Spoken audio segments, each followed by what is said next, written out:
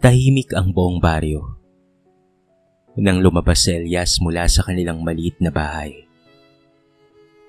Bitbit niya ang isang bungkos ng puting liryo at ilang perasong kandila na kanyang binili mula sa tindahan ni Aling Violeta. Ang kanyang tiyahin na matagal nang kumupkop sa kanya. Sa bawat hakbang niya sa makitid na daan patungong sementeryo, ramdam niya ang bigat ng kanyang dibdib. Hindi lamang dahil sa malayo ang lalakarin, kung hindi dahil sa araw na ito ay muling ipapaalala sa kanya ang kirot ng pagkawala. Kaarawan ng kanyang ina. Kung buhay pa ito, malamang ay naghahanda na sila ng simpleng hapunan. At maririnig niya ang malumanay nitong tinig na kumakanta ng awitin habang nagluluto. Ngunit iyon ay alaala na lamang. Alaalang unti-unting kumukupas sa paglipas ng panahon. Pagdating niya sa sementeryo, sinalubong siya ng malamig na ihip ng hangin at ang mga kandilang unti-unting nauupo sa ibang puntod. Ilang beses na siyang dumadalaw dito at kabisado na niya ang bawat baku-bakong daan, bawat punong nagbibigay ng lilim, at bawat puntod na laging dinadaanan niya bago makarating sa huling himlayan ng kanyang ina. Habang papalapit, napansin kaagad ni Elias ang isang bagay na ikinatigil ng kanyang paghinga. Sa mismong puntod ni Amara, nakapatong na ang isang bungkos ng sariwang bulaklak na rosas. Hindi liryo tulad ng lagi niyang dinadala. At 2 kandila na mahinhin pa ang apoy. Tanda na bagong sindi pa lamang ito. Nanlaki ang kanyang mga mata. Paano nangyari to? Bulong niya sa sarili. Alam niya na siya lamang ang laging dumadalaw sa kanyang ina. Ang kanyang tiyahin naman, bagamat mabait at maalaga, ay bihirang pumunta rito dahil mahina na ang tuhod. Wala rin naman silang ibang kamag-anak na malapit. Kaya't ang tanong na bumabagabag sa kanya ay kung sino ang dumalaw sa kanyang ina. Habang iniikot niya ang kanyang paningin, napansin niyang may nakalagay pang maliit na sobre, nakatukod sa gilid ng lapida. Napakalamig ng kanyang mga daliri nang pulutin niya iyon. Sa ibabaw ng sobre, nakasulat lamang ang salitang, "Para kay Amara," ang pangalan ng kanyang ina. Dahil doon ay kinabahan siya, ngunit hindi mapigil ang sarili. Dahan-dahan niyang binuksan ang sobre at inilabas ang isang sulat. Simple lamang ang papel, ngunit ang mga salitang nakasulat doon ay parang nagpasabog ng kulog sa kanyang dibdib. "Hanggang ngayon, pinagsisisihan ko pa rin ang lahat. Mapapatawad mo pa kaya ako?" Para siyang binuhusan ng malamig na tubig. Mabilis ang tibok ng kanyang puso. At hindi niya alam kung ano ang mararamdaman. Takot, galit, o pagkagulat. Sino ang letrang M na nakasulat doon sa may sulat? At ano ang kasalanang tinutukoy nito? Naupo siya sa gilid ng puntod. Nakatitig sa pangalan ng kanyang ina sa marmol na lapida. "Mama," mahina niyang wika. "Hindi ba ako alam? May sikreto ka bang iniwan?" Habang nagsisindi siya ng kandila, hindi mawala sa isipan niya ang sulat. Ang tanong ay bumabalik-balik, kumakain sa kanyang isipan. At sa katahimikan ng sementeryo, tila ba may mga matang nakatingin sa kanya mula sa malayo. Tumayo ang balahibo niya nang maramdaman niyang may tao roon. Isang anino sa may dulong daan. Nakamasid sa kanya. At doon nagsimula ang kanyang paglalakbay, patungo sa katotohanang matagal nang nakatago sa libingan ng nakaraan. Hindi mapakali si Elias habang hawak-hawak ang sulat na kanyang natagpuan. Paulit-ulit niyang binabasa ang mga salitang nakasulat doon, na para bang sa bawat titig ay may mga bagong kirot na sumusugat sa kanyang puso. Para bang may malamig na hangin na dumampi sa kanyang batok at hindi niya maiwasang magtanong, sino ang Mr. M na yon? Ano ang kasalanang ginawa nito sa kanyang ina? At bakit ngayon lamang lumitaw ang taong ito? Matagal siyang nakaupo sa tabi ng puntod habang umaapoy ang kandilang kanyang sinindihan. Iniisip niya kung ano pa ang maaaring itinatago ng nakaraan ng kanyang ina. Alam niya sa kwento ng kanyang tiyahin. Simple lamang ang naging buhay ng kanyang ina bago ito namatay. Isang mapagmahal na ina, isang mabuting anak, at isang kaibigan ng lahat. Ngunit bakit tila may misteryo sa likod ng katauhan nito? Ipinikit niya ang kanyang mga mata, at sa kanyang isipan ay sumagi ang mga alaala ng mga gabing yakap siya ng kanyang ina bago siya matulog. Anak, lagi mong tatandaan na kahit anong mangyari, may mga bagay na hindi natin kayang ipaliwanag kaagad. Darating ang panahon, maiintindihan mo rin. Noon, ay hindi niya pinansin ang mga salitang iyon. Ngunit ngayon, ay parang bigla itong nagkaroon ng kahulugan. Habang nakatitig siya sa lapida, naramdaman niyang muli ang presensya ng taong kanina pa tila nakamasid sa kanya. Sa gilid ng kanyang paningin, may aninong mabilis na gumalaw sa may punong kahoy malapit sa bakod ng sementeryo. Mabilis niya itong nilingon. Ngunit wala na itong bakas. May tao nga. May ina niyang bulong. Sabay tayo. Hinawakan niya ang sobre at itinago sa kanyang bulsa. Ayaw niyang may ibang makakita nito. Habang papalabas ng sementeryo, dadaanan niya ang matandang caretaker, si Mang Cardo. Mang Cardo, may nakita po ba kayong ibang dumadalaw dito? Dito po sa puntod ng nanay ko. Sandaling napatahimik ang matanda, saka itong umiti ng tipid. Oo, iho. Ilang linggo nang may isang lalaki na laging dumadalaw dyan. Hindi ko lang alam kung sino siya. Pero tahimik lang siya, iho eh. Laging may dalang kandila at bulaklak. Minsan ay nagtatagal siya ng matagal. Minsan naman ay saglit lang. Napakunot ang noo ni Elias. Lalaki? Matanda na po ba siya? Tumango si Mang Cardo. Oo, medyo may edad na rin pero hindi naman ganun katandaan. Medyo may puti rin ang buhok pero mas marami pa rin ang itim. May kalakihan rin ang kanyang pangangatawan. Hindi ko lang alam kung ano ang pangalan niya. Pero iho, mukhang malapit siya sa nanay mo ha. Kitang-kita ko sa mga mata niya ang lungkot. Parang may malamig na dumaloy sa ugat ni Elias. Ang larawan ng estrangherong nakita niyang nakatayo kanina sa may puno ay bumalik sa kanyang mga alaala. Hindi ba't iyon ang parehong tao? Habang naglalakad pa uwi, mahigpit ang kapit niya sa sulat. Hindi siya makapaniwala na sa simpleng pagdalaw sa puntod ng kanyang ina ay mabubuksan ng isang pinto ng mga tanong na matagal nang nakasara. At sa kanyang puso, sumibol ang matinding pagnanais. Nais niyang alamin ang katotohanan. Sino ang lalaking iyon?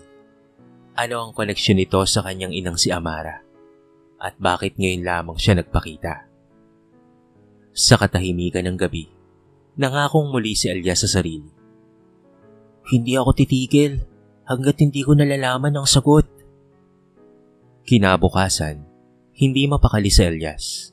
Kahit nasa paaralan, hindi niya maiwasang isipin ang patungkol sa sulat at sa lalaking sinabi ni Mang Cardo. Parang bawat oras na lumilipas ay lalong bumibigat ang kanyang dibdib. Habang nakatingin sa pisara, paulit-ulit na bumabalik sa kanyang isip ang mga salitang nakita niya. Mapapatawad mo pa kaya ako? Pag-uwi niya ng bahay, tinanong siya ni Aling Violeta kung bakit matamlay siya. Ngumiti lamang siya at nagsabing pagod lang sa klase.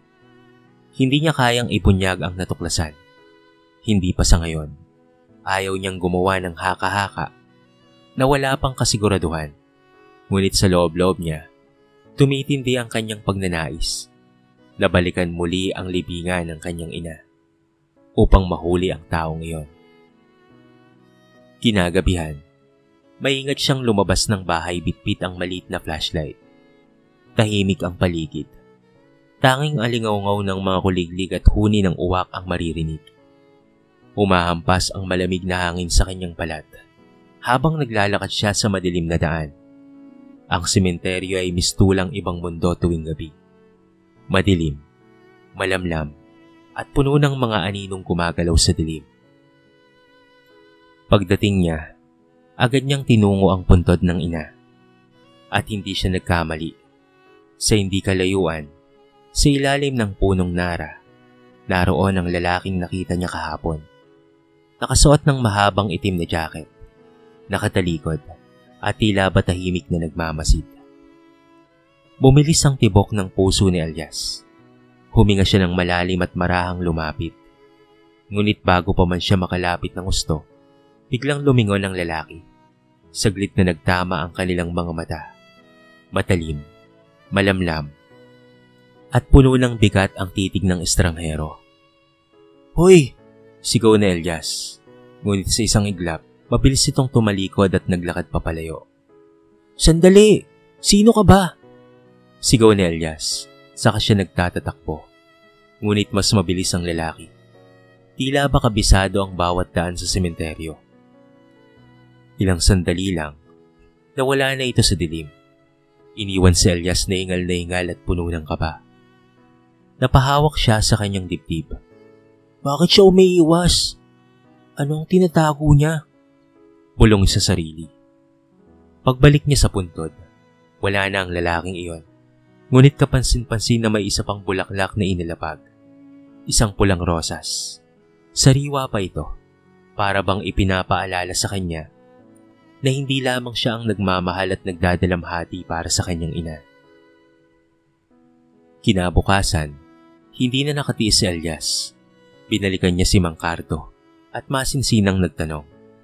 Mang Cardo, matagal niyo na po bang nakikita ang lalaking yun? Tumango ang matanda. Hindi naman gaano, iho. Siguro mga 1 buwan pa lamang. Lagi siyang bumibisita, tulad ng sinabi ko sa iyo nung nakaraan. Tahimik lang siya pero halatang malalim ang koneksyon niya sa nanay mo. Hindi ko lang alam kung bakit ngayon lang siya nagpakita. Napatitig si Elias sa malayo. Parang may tinatago siya at gusto kong malaman ang totoo. Habang naglalakad pa uwi, mahigpit niyang hawak ang bulsa kung saan nakatago ang sulat. Hindi niya alam kung saan siya dadalhin ang kanyang paghahanap ng sagot. Pero sigurado siya sa isang bagay. Magsisimula na ang paglalantad ng mga sikreto ng nakaraan. Mga sikreto na maaaring tuluyang magbago sa buhay niya. Hindi na mapakali si Elias. Ilang gabi na siyang balisa. Paulit-ulit na binabalikan sa kanyang isipan ang kaganapan sa sementeryo. Ang sulat, ang mga bulaklak, at ang lalaking pilit na umiiwas sa kanya. Kung may taong makakasagot sa lahat ng ito, iisa lamang ang naiisip niya. Ang kanyang tita Violeta. Ang kanyang siyay na matagal nang nag-aaruga sa kanya mula pa nang pumanaw ang kanyang ina. Isang hapon, matapos ang kanyang klase, umuwi siya ng maaga. Nakaupo si Aling Violeta sa kanilang veranda. Naglalagay ng tabako sa maliit na lata. Kita niya ang mga kulubot sa mukha nito. Tanda ng maraming taon ng pagod at sakripisyo. Naupo siya sa tabi nito at ilang saglit ay nagsalita. Chang, maingat niyang bungad. Gusto lang po sana akong itanong. Ngumiti si Aling Violeta. Ngunit agad ring napansin ang bigat ng tinig ni Elias. Ano yon, iho? Huminga ng malalim si Elias bago nagpatuloy. May dumadalaw po kay mama sa sementeryo. Lalaki po. Medyo may edad na. Lagi siyang may dalang bulaklak at kandila. At may iniwan siyang sulat para kay mama. Hinugot niya ang sobre sa bulsa at iniabot sa tiyahin. Ito po ang laman. Napatigil si Aling Violeta. Kitang-kita ni Elias ang bahagyang pagkabigla sa mga mata nito. Nanginginig ang kamay habang binabasa ang sulat. Ilang sandali, ibinaba nito ang papel at napabuntong hininga ng malalim. Elias, may mga bagay na sana'y hindi mo na kailangang malaman. Mahina nitong wika. Lalong kumunot ang noo ng binatilyo. Ano pong ibig niyong sabihin? May tinatago po ba kayo patungkol kay Mama? Tahimik lang si Aling Violeta. Tila ba nakikipaglaban ito sa sarili kung dapat bang magsalita o manahimik na lamang. Slowly, ibinaba nito ang tingin at nagsalita ng may bigat. Anak, bago pa man dumating ang iyong ama, may isang taong malapit kay Amara. Isang lalaking minahal niya ng lubos. Ngunit sa hindi inaasahang pagkakataon, ay nawala ito. Nang dumating ang iyong ama, doon nagsimula ang bagong yugto ng buhay ng mama mo. Ngunit kahit papaano, ay bakas ng nakaraan na nananatiling nakabaon sa kanyang puso. Nanlaki ang mga mata ni Elias.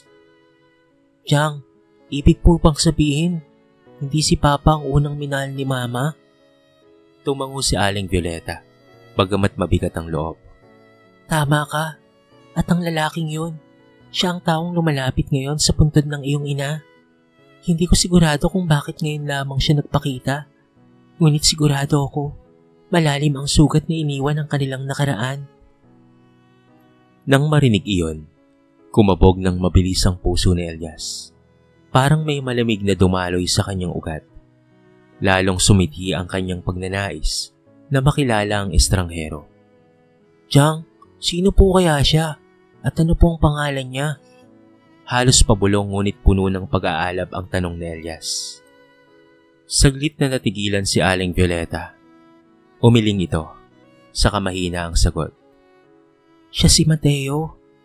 At sa unang pagkakataon, narinig ni Elias ang pangalan na magpapabago sa takbo ng kanyang buhay. Hindi mapakali si Elias mula nang mabanggit ng kanyang tiyahin ang pangalan ng estranghero. Mateo?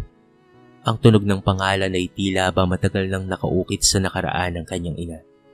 Ngunit ngayon, bumabalik upang gambalain ang kanyang kasalukuyan. Kinabukasan, maaga siyang nagtungong muli sa sementeryo. Ang araw ay nagsisimula pa lamang sumilip at ang hamog ay bumabalot sa damuhan. Sa bawat hakbang niya, mas lalong lumalakas ang kabog ng kanyang dibdib. Hawak niya ang maliit na papel at panulat. Nakahanda siya kung sakaling makitang muli ang lalaki upang kunin ang pangalan nito at ang sagot. Sa ilalim ng punong nara, naroon nga si Mateo. Nakaupo ito sa isang lumang bangko. Hawak ang isang pulang rosas. Tila ba nakikipag-usap sa puntod ni Amara. Ang kanyang buhok ay bahagyang maputi na. Ang mga matay puno ng lungkot na hindi matatawaran. Matapang na lumapit si Elias. Ikaw ba si Mateo? Napalingon ng lalaki, halatang nagulat. Saglit siyang natigilan bago tumango. Oo, ako nga. At kung hindi ako nagkakamali, ikaw ba si Elias? Parang tinusok ang puso ni Elias. Paano mo nalaman ang pangalan ko? Mahina ang tinig ni Mateo, ngunit puno ng bigat. Dahil ako ang iyong ama. Napatigil si Elias. Parang may sumabog na kulog sa kanyang pandinig. Ang salitang iyon ay tumurok sa kanyang isipan. Ama? Hindi niya alam kung matutuwa ba siya, iiyak o magagalit. Hindi, mariing sagot niya. May tatay ako at hindi ikaw yun. Bakit mo sinasabi yan? Tumayo si Mateo, nanginginig ang boses. Totoo, Elias. Patagal kitang pinanood mula sa malayo. Matagal kong hinanap ang pagkakataong ito upang ipaliwanag ang lahat sa iyo. May galit na namuo sa dibdib ni Elias. Kung totoo ang sinasabi mo, bakit po kami iniwan ni Mama? Bakit mo siya pinabayaan hanggang sumamatay siya? Alam mo ba kung gaano kahirap lumaking walang ama? Nakatungo si Mateo. Pinipigilan ang luhang gustong kumawala. Anak, hindi ko ginusto ang lahat ng iyon. May mga dahilan. Mabibigat na dahilan na hindi mo pa maiintindihan. Ngunit maliwala ka, anak. Mahal ko ang nanay mo at mahal din kita. Umiling si Elias. Pinunasan ng mga matang nag-iinit dahil sa luha. Hindi ko alam kung kaya kitang paniwalaan. Habang nabubuhay si Mama, wala kang ginawa kung hindi iiwan siya. At ngayon wala na siya. Saka ka lang nagpakita. Para saan pa? Lumapit si Mateo. Lumuhod sa harapan ng puntod ni Amara at hinaplos ang malamig na lapida. Amara, patawarin mo ko. Alam kong huli na. Ngunit ngayong narito na ang anak natin, hayaan mong sabihin ko sa kanya ang lahat. Hindi na ako tatakas pa. Nakatitig lamang si Elias. Nanginginig ang mga kamay. Sa kanyang isip ay bumabalik ang bawat alaala ng kanyang ina. Bawat gabi ng pagtitiis at bawat araw ng pangungulila. Ang taong nasa harapan niya ngayon, ito ba ang sagot sa lahat ng tanong? O isa lamang panibagong sugat na magbubukas sa kanyang puso? Isang bagay lamang ang malinaw. Magsisimula ng malantad ang katotohanan. At kahit anong mangyari, hindi na siya makakabalik sa dati. Nanatiling nakalod si Mateo sa harapan ng puntod ni Amara. Habang si Elias naman ay nakatayo sa ilang hakbang na layo. Nakatingin ngunit nag-aatubiling makinig. Ang tibok ng kanyang puso ay parang kumakalabog sa kanyang dibdib. Naghihintay sa mga salitang maaaring magpabago sa lahat. Huminga ng malalim si Mateo bago nagsalita. Elias, hindi ko kayo iniwan dahil gusto ko. Noon, bago ko pa ipanganak, nasangkot ako sa isang alitan na hindi ko ginusto. Napakunot ang noo ni Elias, ngunit hindi siya sumabat. May negosyo akong pinasok kasama ang mga kaibigan. Pagpapatuloy ni Mateo. Akala ko'y magiging simula yun ng magandang kinabukasan para sa akin at sa inyo ng nanay mo. Ngunit maling tao ang pinagkatiwalaan ko. May mga kasamahan ako na nasangkot pala sa iligal na gawain. Kontrabando, panlilinlang at pandaraya. Naging saksi ako sa mga bagay na hindi ko dapat nakita. At simula noon, tinarget na nila ako. Nanlaki ang mga mata ni Elias. Kontrabando? Tumayo si Mateo. Oo anak, nang malaman nilang nais kong umalis at magsimulang muli kasama ang iyong ina, pinagbantaan nila ako. Sinabi nilang kapag hindi ako tumahimik, pati si Amara ay dadamay nila. Wala akong nagawa kung hindi ang lumayo para hindi kayo madamay. Ginawa ko yon hindi dahil sa duwag ako, kung hindi dahil sa gusto ko lamang protektahan kayong mag-ina. Kumirot ang dibdib ni Elias. Bahagya siyang lumapit ngunit nanatiling puno ng alinlangan. Kung ganun, bakit hindi ka na bumalik? Bakit hindi mo kami hinanap noon?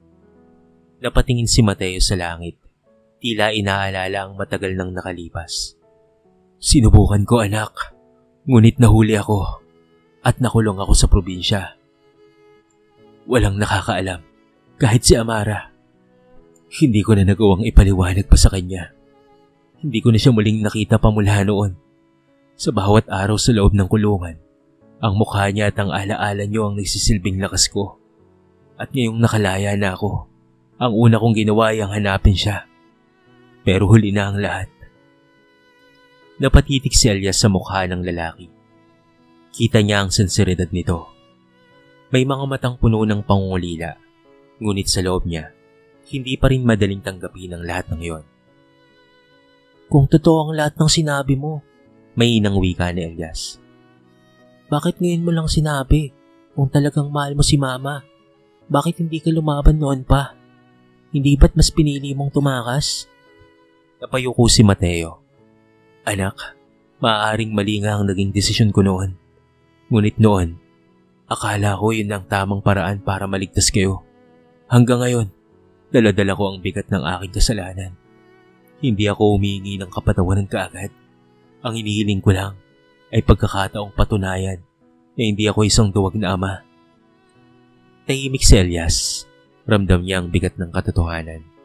Ngunit sa kanyang puso, naroon pa rin ang sugat ng pagiging ulila at ang pangungulila sa isang amang wala sa kanyang paglaki. O at may kinilala siyang ama. Ito ang naging kasintahan ng kanyang ina noon.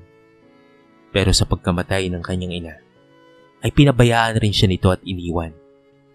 Hindi niya naramdaman ang pagmamahal ng isang ama rito. Pero iba sa sandaling ito ngayon. Nakatitig siya sa puntod ng kanyang ina at ang mga matay na puno ng luha. Mama, totoo ba ang lahat ng to? Kung naririnig mo ako, bigyan mo sana ako ng lakas na malaman kung ano ang dapat kong gawin.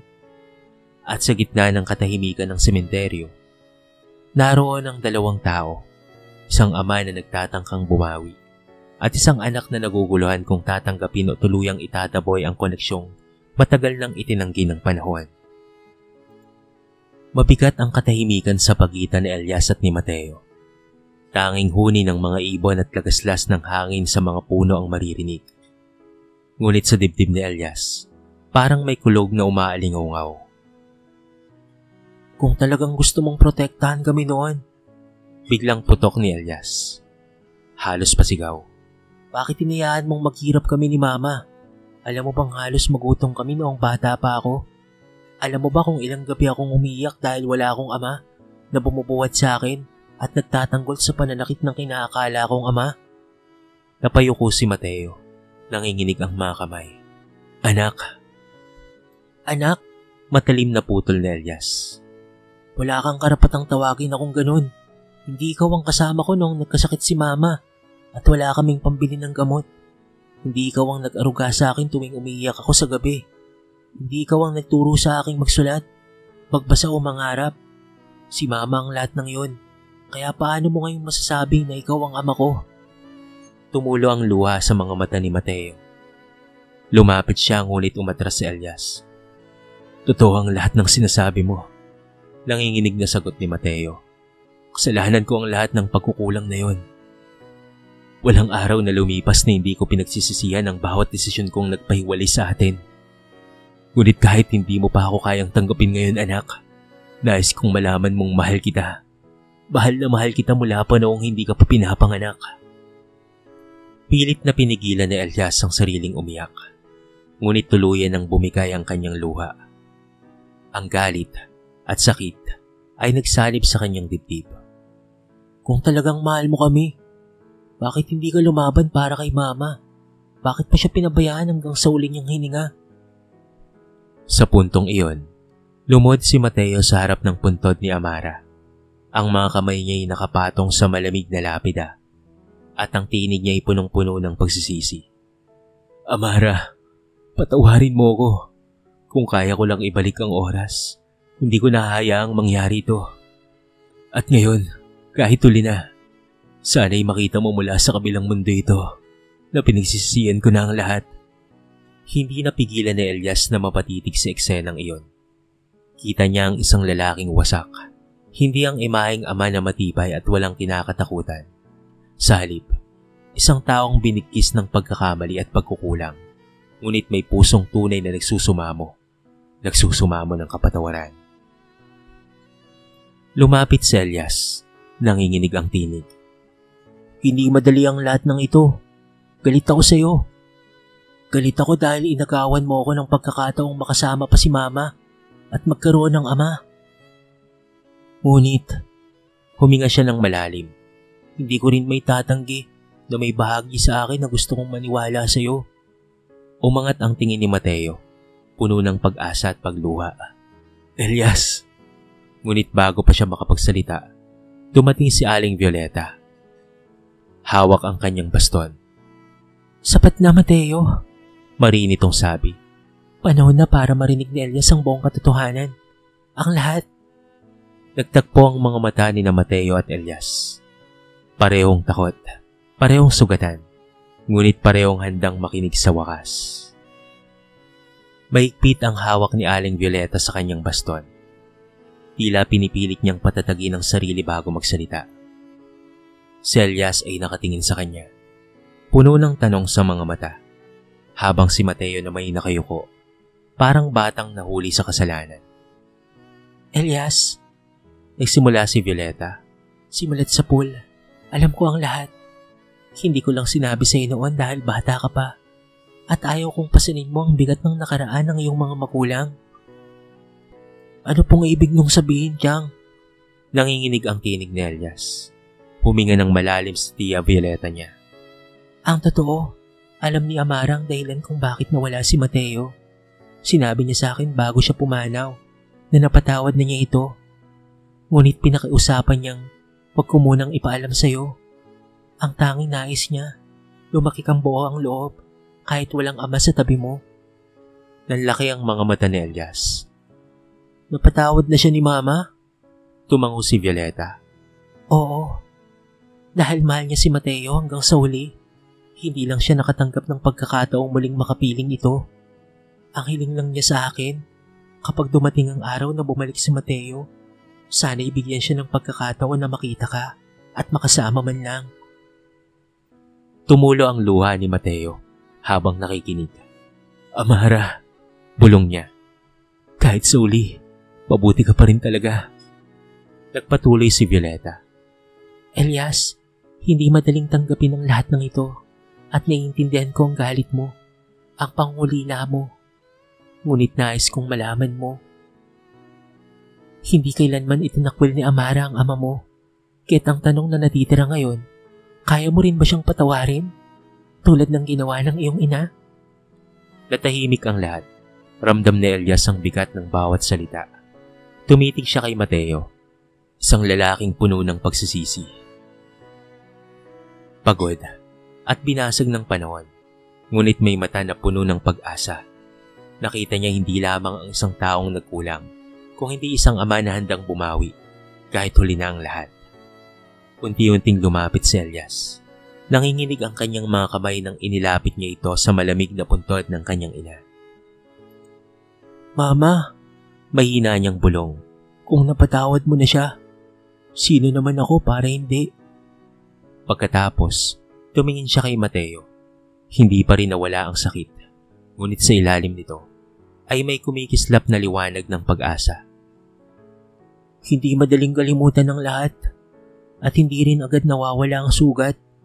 Pero kung totoong gusto mong bumawi, bibigyan kita ng pagkakataon. Hindi dahil karapat-dapat ka kaagad, kung hindi dahil iyon ang nais ni Mama. Dahil gusto ko ring makilala ka. Hindi lang bilang estranghero, kung hindi bilang isang ama. Nang marinig iyon, ay napahagulgol si Mateo. Lumapit siya kay Elias at yumakap. Mahigpit at puno ng pangulila. Bagamat may kaba, hindi na umiwas pa si Elias. Sa unang pagkakataon sa kanyang buhay, naramdaman niya ang yakap ng isang ama. Isang yakap na matagal na niyang inaasam. Sa tabi nila, nakatingin si Aling Violeta. May luhang tumaloy sa kanyang pisngi. Sa wakas, natupad na rin ang huling kahilingan ng kanyang kapatid na si Amara. Ang maghilom ang sugat na iniwan ng nakaraan. At doon sa harapan ng puntod ng isang ina, nagsimula ang panibagong kabanata ng isang ama at anak. Isang simula na hinubog ng sakit, pag-ibig, at kapatawaran. Makalipas ang ilang buwan mula nang maganap ang muling pagkikita sa sementeryo, unti-unti nang nagbago ang takbo ng buhay ni Elias. Hindi naging madali ang lahat. Sa unang linggo, ramdam niya pa rin ang bigat ng galit at sakit. May mga gabi na napapahiga siya at naaalala ang mga panahong dalawa lamang sila ng kanyang ina at doon bumabalik ang mga tanong. Bakit hindi siya dumating noon? Ngunit sa bawat sandaling iyon, paulit-ulit niyang naaalala ang sinabi ni Aling Violeta na pinatawad na ni Amara itong si Mateo. Madalas na bumibisita si Mateo sa bahay. Noong una, hindi komportable si Elias. Parang estranghero pa rin ang tingin niya rito. Ngunit habang tumatagal, natuklasan niya ang mga simpleng bagay na pareho sila. Ang hilig sa pagguhit, ang pagmamahal sa musika, at ang katahimikang pareho nilang hanap kapag magulo ang mundo. Isang hapon, naupo silang dalawa sa ilalim ng punong mangga sa bakuran. Tahimik na nagpipinta si Elias, habang si Mateo na may nagbobuo ng lumang gitara na sira-sira. Anak, mahina nitong sambit. Hindi ko na mababawi ang nakaraan. Pero kung papayagan mo ko, gusto kong makasama ka sa bawat hakbang ng kinabukasan mo. Tumingin si Elias at sa unang pagkakataon, hindi na siya umiwas. Kung talagang handa kang bumawi, tatanggapin ko. Pero kailangan nating magsimula sa maliit bilang magkaibigan muna bago bilang mag-ama. Napangiti si Mateo. May luhang namuo sa gilid ng mata. Kahit saan anak, kahit kailan, basta't makasama ka lang. Samantala, si Aling Violeta ay tahimik na nagmamasid. Sa puso niya, natupad na ang pangako para kay Amara. Ang pamangkin niyang si Elias ay hindi na nag-iisa at si Mateo ay nagkaroon ng pagkakataong baguhin ang kanyang kapalaran. Sa mga sumunod na buwan, naging saksi ang mga kapitbahay sa pagbabagong iyon. Minsan makikitang magkasamang bumibili ang mag-ama ng ulam. Nagtatawanan na parang matagal nang magkasama. Sa ibang pagkakataon naman, makikita silang naglilinis ng puntod ni Amara, sabay na nag-aalay ng bulaklak at dasal. Ngunit higit sa lahat, natutunan ni Elias ang isang bagay na hindi niya akalaing kaya niya.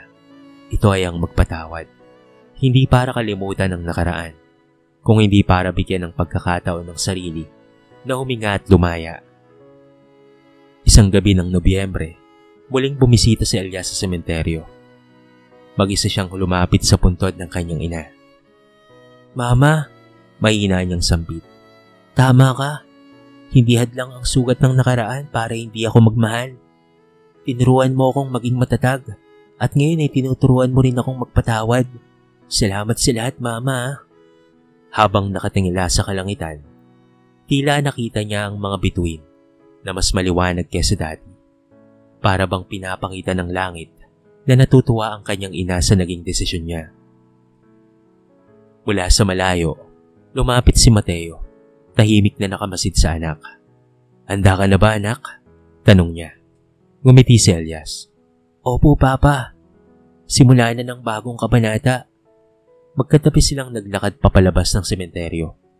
Dalawang taong parehong sugatan noon.